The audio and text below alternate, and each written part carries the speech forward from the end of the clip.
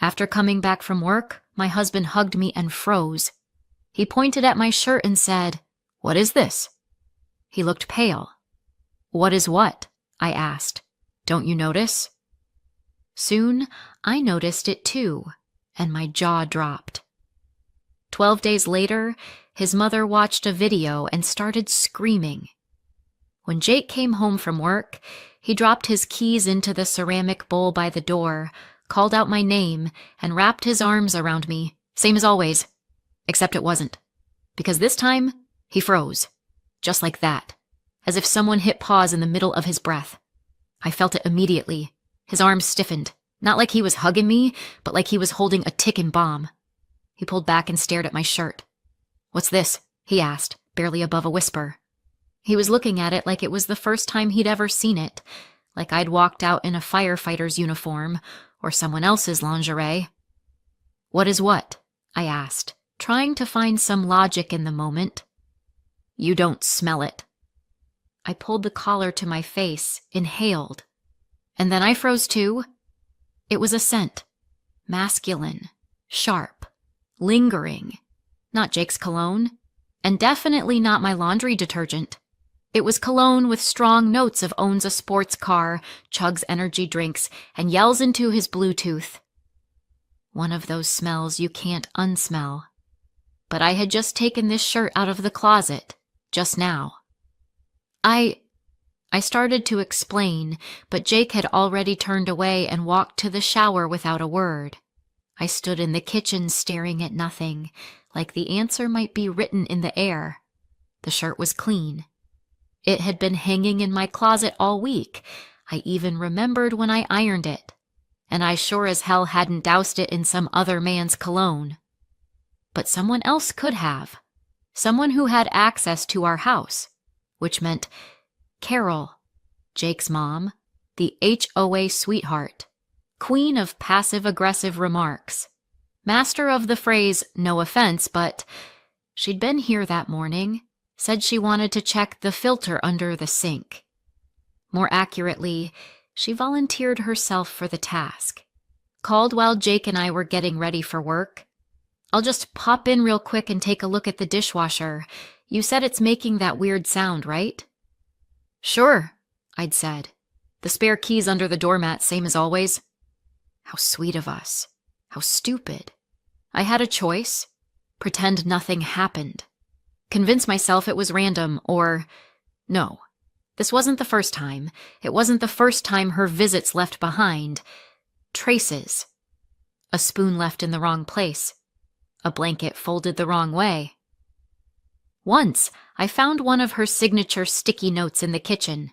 "Try keeping the sugar out of white, better for your figure. Hugs, Mommy Carol," I laughed back then, politely, and tossed it in the trash. But I wasn't laughing now, because now my clothes smelled like a stranger. I walked into the bedroom, opened the closet. My clothes weren't the way I'd left them. Folded wrong. Shifted.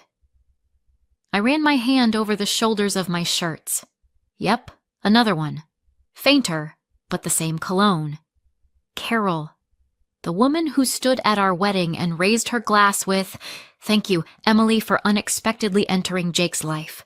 We always thought he'd end up with someone a little more like him, but I guess you have your ways of convincing." I sat down on the edge of the bed. Well, more like collapsed. Like a sack of suspicion, staring at the floor like the answer might be hiding between the dust bunnies and a scuffed-up sandal. I'm not paranoid. I'm just a grown woman who recognizes a signal when she sees one. Sometimes sabotage isn't loud. It doesn't scream. Sometimes it smells. Residual. Purposeful. Tactical. Carol wanted to plant a seed of doubt, and judging by Jake's reaction, she nearly did. I stood up, walked to the hallway closet, opened the bottom drawer. Old iPhone. Model 6. Cracked screen, busted case. Charged slower than a dying snail, but the camera still worked. It was time. Time to become a stay-at-home spy. Carol thought she was clever. She thought I'd cry, plead, defend myself. She thought she'd win. But I'm not that girl. I'm the quiet storm. and I was about to hit record. The next morning I texted her, "Carol, Jake and I are out for the day. If you're nearby, could you take a look at the dryer? It's making weird noises again." She responded in 30 seconds. "Of course, sweetie. Always happy to help. Of course. Welcome to the stage. The camera's already rolling." Sometimes you don't need to ask questions to get the truth. You just need to let someone believe they're not being watched. The next morning, I sent Carol a message. "Jake and I are out for the day. If you're nearby, could you stop in? The dryer's making weird noises again." 30 seconds later, she replied, "Of course, sweetie. Always happy to help. Oh, I bet. Just like last time. Help." Jake start questioning the cologne he never wore, and I never sprayed. I could picture her reading the message with a smug little smile, coffee cup in hand, like she was starring in some cheap soap opera where the villain is always too confident in her immunity. Fine, let her come in. The camera was already rolling. Jake really was out, meeting with a contractor across town. I left a little earlier, parked myself in a cafe 3 blocks away, laptop open, earbuds in, eyes on my phone screen. At 11:14, there she was. Carol. Gray coat, neatly styled hair, crossbody purse, business as usual. If you didn't know any better, you'd think she was a sweet grandma coming to feed her granddaughter's cat. She walked in like she owned the place, hung her coat in the hallway closet, slipped off her shoes like she was staying the night. And then it began. First stop, the bedroom. She looked around, listened, then pulled something lacy and pink from her purse. Even without zooming in, I could tell. It was lingerie, panties, bra, brand new, not my size, definitely not my style. She carefully unfolded the bra and tucked it into the far corner of the closet, then lifted a pillow and slid the panties underneath. No words, no hesitation, like she was shelving a book. Next came the lipstick, bright red. She swiped it across the pillowcase, fast, abrupt, random. It looked exactly like someone had wiped their mouth in a rush. Even I would have fallen for it. Then she grabbed the blanket and ruffled it, rolled around on it a little, literally rolled, like an actress in a bad community theater play. She wrinkled the center, shifted the edges, layered the pillows like someone had just had a good time. I stared at the screen without blinking. It was too much, and at the same time, diabolically smart. This wasn't the work of a clueless woman. This was a performance by someone who knew exactly what she was doing, the kind of mother who sees her son as property. Next came the final touch, the scent. She pulled out a tiny perfume bottle and sprayed it, on the pillows, on the curtains. I swear I could smell it through the screen. Too sweet, too overpowering. Not mine, definitely not ours. And then for the finale, a condom wrapper. Empty. Tucked halfway under the nightstand, just barely sticking out. Not obvious, but just visible enough, like, "Oh, Jake, I just happened to notice this while I was vacuuming." I'm shocked, too. I sat there in disbelief. That was my bedroom, our home, where I'd scrubbed windows, cleaned floors, picked out curtains, where we'd toasted champagne on New Year's, laughed, fought over paint swatches, and now? A stage for some Lifetime-level drama where I'd been cast as the clueless victim. Once everything was in place, Carol did a walk-through like a set inspector. Straightened the comforter, nudged the bra slightly into view, subtle but not too subtle, then headed to the kitchen, made herself tea, and started rehearsing, right there, on camera, speaking out loud to no one. "I only stopped in for a minute. I didn't mean to, Jake. Honestly, she asked me not to say anything, but I'm your mother. You deserve to know who you're living with." Pause. Sip of tea. Then a whisper, all tragic and soft. "I thought you'd marry Sarah. She was such a sweet girl." That's when I lost it. I laughed, out loud. The waitress glanced over. I pointed to my screen. "Domestic drama." She nodded like she knew exactly what I meant. I saved the footage. Straight to the cloud. backed it up on a flash drive, and another copy to my email, just in case Jake's mom was secretly moonlighting as a hacker in retirement. I already knew. She'd see this recording, face to face, not behind her back, not whispered. She'd sit across from me. I'd open my laptop, and she could try all she wanted. There'd be no twisting out of it. On screen, Carol was finishing her pastry, calm, serene, triumphant. She kept checking the time. Jake must have been due any minute. She had no idea her little stage production was already saved, backed up and ready for premiere. By the time I reached our house, it was already dark. The windows glowed with that warm, golden light that says home, peace, comfort. But I knew better. Inside, there wasn't peace. Inside, a performance was underway, starring Carol. Her role? The heartbroken mother who accidentally uncovered her daughter-in-law's shame. The script? Thoroughly rehearsed. I slid the key into the lock, the real one, not the spare under the doormat, and stepped inside. Silence. From the kitchen came Carol's voice, calm, gentle even, but beneath that softness, there was steel. I didn't want to tell you, Jake. I just came by to check the dryer, you know, but then I saw it, this lingerie. It's not Emily's, and the smell, the perfume. I'm not accusing her of anything. I just thought you should know. I walked into the kitchen without a word. For a second, it felt like time stopped. Carol sat at the table, her hands clasped around a cup of tea. She looked tragic, perfectly posed for the scene, shoulders slightly hunched, face solemn but composed. In front of her, like evidence at a crime scene, my pillow, marked with a smear of lipstick. Next to it, neatly arranged, panties and a bra. Jake stood near the window, his back to me. When he heard the door, he turned. And Carol went pale, then pink, then pale again, like she'd just been caught red-handed.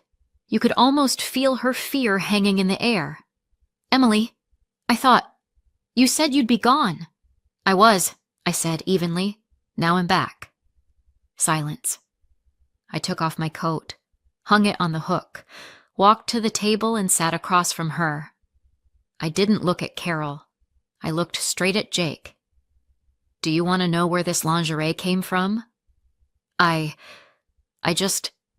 Jake looked at me like he was trying to figure out who we were now. What do you think? I asked. That some random woman came here while you were gone, and I didn't notice? He didn't answer. There was no accusation on his face, but there was no defense either. Just doubt. And that's the worst expression you can see on someone you love. I nodded, reached into my bag, pulled out the tablet, unlocked it, hit play. The screen lit up. Our bedroom. Same soft light. On the screen, Carol. She's opening the door, looking around, pulling out lingerie, slipping it under the pillow, smearing lipstick on the pillowcase, spraying perfume, rehearsing her lines. I didn't watch the video. I watched Jake. He didn't look away. Not for a second. His face went pale. His jaw tightened. When the part came where Carol said, I thought you'd marry Sarah, he exhaled sharply and sat down at the table. Carol said nothing, and in her silence she lost. But then she spoke. This isn't true. It's fake.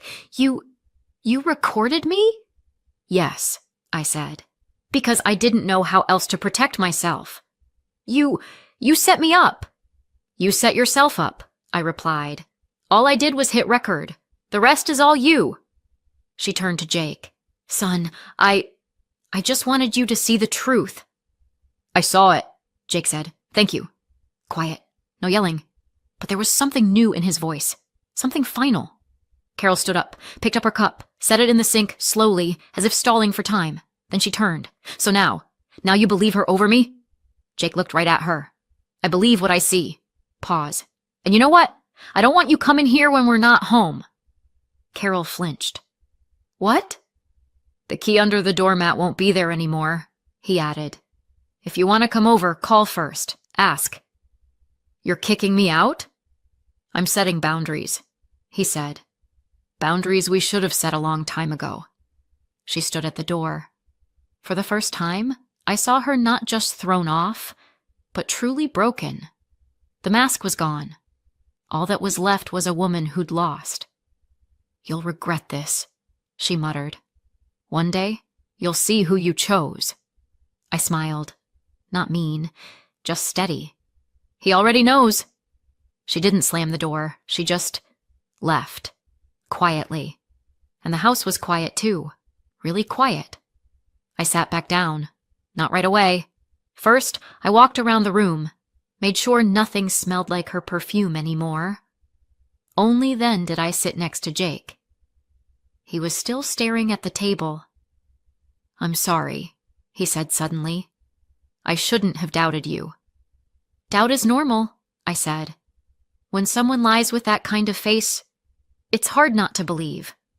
I never thought my mom would be capable of this. I placed my hand on his. I know. We sat there, for a long time, just silent. And in that silence, there was no heaviness. There was something else. Freedom.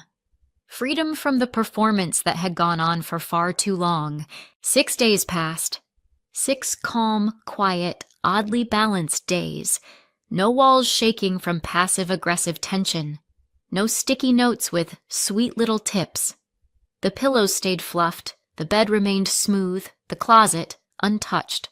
Carol didn't come by. Didn't call. Didn't text. Not me. Not Jake. The first 2 days felt tense. Like the hurricane had passed, but you still listened, just in case it circled back. But then, silence. And in that silence, I realized something. Her absence was a gift. Jake and I never spoke of that evening again. Some things don't need words. Words just get in the way. He just showed up. Fully. For real. The small moments where I used to sense distance? Gone. He laughed more. Asked how my day was. Sometimes I caught him looking at me. Warm, steady, present. Like he was relearning how to trust and choosing to do it. One evening, he pulled out a bottle of white wine and 2 glasses, sat down on the couch and said, So, shall we rewatch Mom's big debut? I laughed. Only if you promise not to cry during the lipstick scene. I'll hold it together, he nodded, as long as you roll credits, based on a true story. We rewatched the whole video, but this time it wasn't evidence. It was comedy. I skipped to her most theatrical moments, dramatic sips of tea, deep sighs, whispered rehearsals. We laughed. Really laughed. Jake kept chiming in. She's clearly been practicing this for years. Did you see her spray the perfume 5 times? That's commitment. You know, if it wasn't on video, I think I might have actually believed her. He trailed off. I looked at him but stayed silent. He exhaled, then said, Thank you. For not yelling. For not arguing. For just showing me. I simply placed my hand over his. No words needed. A day later, I grabbed my laptop and made a short edit of the best moments. I added a caption. When your mother-in-law thinks she's directing a Netflix drama. Picked a light, slightly chaotic tune from TikTok's music library, something circusy. At first, I just wanted to save it for myself, but Jake said, Post it. Let the world see what moms are capable of when you marry the wrong woman. So I posted it. No names, no locations, no close-up faces, no slander, just the raw footage. Lightly trimmed, never altered. First day? Nothing. Second day? 1,000 views. Third day? 30,000. Then, boom. By day 6, the video had 1.5 million views. Comments poured in by the minute. This is my mother-in-law, 100%. Fake. No one's this insane. Waiting for part 2. I would have dumped the tea on her head. Kicking her out is too soft. I'd wallpaper the guest room with her selfies. Queen of chaos. I couldn't keep up with the comments, but inside, there was this quiet, satisfied yes, not revenge, release. One evening, I got a text from Jake. Guess what? Mom saw the video. I froze. Then he followed up. My sister showed her. She was silent for 3 minutes, then said, "That's not me. But the lingerie's cute." I burst out laughing, so loud the whole house echoed. 5 minutes later, Jake walked in holding a frozen pizza box and said, "You're not going to believe this." "I believe nothing anymore," I grinned. "She still thinks she didn't do anything wrong." "Of course not. We're the ones who violated the sacred doormat key access code." He chuckled, shoved the pizza into the oven and asked, "Hey, could she, sue you?" I shrugged. "For what? For showing up uninvited and staging a soap opera in our bedroom?" "Well, let her prove in the comments it was her. Good luck with that." A few more days passed. We just lived. No drama, no cameras, no supervision, just life. Sometimes Jake would joke, "We should have made a series. Mom versus Reality, Episode 2, The Frying Pan of Truth." I'd reply, "Only if Episode 3 ends with her hiding her ex-daughter-in-law's ice cream in our freezer." One evening I was home alone, sat by the window with a glass of wine. Outside, silence. Inside, same. And I thought, some wars end with gunshots, some with court filings, and some with a disabled camera and a removed doormat key. Carol never came back, not uninvited anyway. On holidays, yes, with a late gift and eyes that never looked above her teacup. But she never entered this home again without a call, an invitation, a request, and I never looked over my shoulder again. If you enjoyed this story, don't forget to like and subscribe to the channel. Drop a comment below. What do you think? Did the main character do the right thing? And how would you have reacted in her place? Thanks for being with us. See you in the next story.